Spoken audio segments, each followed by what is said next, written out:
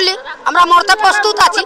5 আগস্টের পর থেকেই কিন্তু আমাদের বেতন ভাতাগুলো মানে সুযোগ সুবিধা সবকিছু বন্ধ। আমাদের সাথে বেতন এবং যদি দিয়ে দেয় আমরা আবার কাজে ফিরে যাব। দৈনিক 8 ঘন্টারও বেশি সময় কাজ করে মজুরি পান মাত্র 170 টাকা। 5 আগস্টের পর থেকে সেটাও বন্ধ রয়েছে। ফলে নুন আনতে পান্তা ফুরানো অবহেলিত এই জনগোষ্ঠীর এখন খেয়ে পড়ে বেঁচে থাকাই দায়। চালক গুলি আমরা মরতে প্রস্তুত আছি।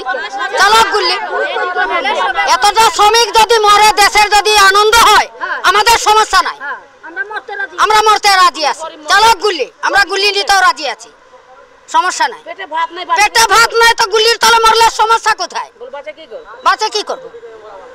বাচ্চার কোনো দরকার আছে? অনাহারে যদি মরার বাদে গুলির তলে মরা ভালা, ঠিক না? মারুক, গুলি চালু, তারপরেও আমরা আন্দোলন করব।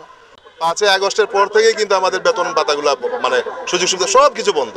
এ দেখেন আমাদের যে মাত্র 170 টাকা বেতন, এর মাঝে শ্রমিকদের পেটে ভাত নাই। এই 170 টাকা বেতন দিয়ে কিন্তু চলার কোনো উপায় নাই। এরপর আবার বেতন বন্ধ।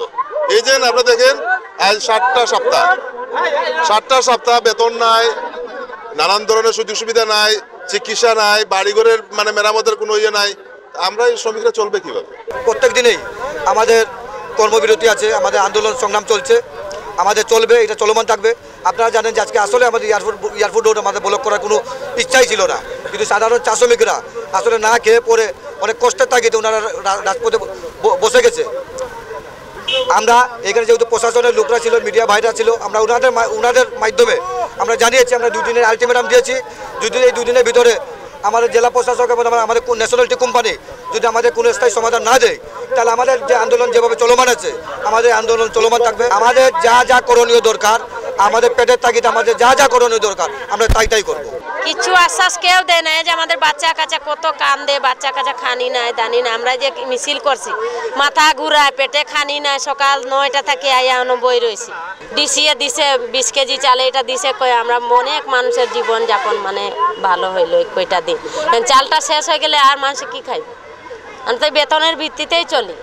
আমাদের বাচ্চা কাচ্চা এই টাকায় আমরা লেখাপড়া করে, এই টাকায় আমরা খাই, এই টাকায় আমরা সব কিছু করি। ডেইলি আমাদের 170 টাকা 8 ঘন্টার ডিউটি। সপ্তাহে আমার 1140 টাকা হয়, 1190 টাকা। এটাও এখন বন্ধ হয়ে গেছে 7 সপ্তাহ ধরে। আমাদের 7 সপ্তাহ বেতন এবং যদি দিয়ে দেয় আমরা আবার কাজে ফিরে যাব। আমার রেগুলার যদি বেতনটা আমাদের সাপ্তাহিকটা মজুরিটা দিয়ে দেয় আমরা কাজে যুক্ত। আমাদের চা পাতা অনেক বড় হয়ে যাচ্ছে, এই পাতা নষ্ট হয়ে যাচ্ছে।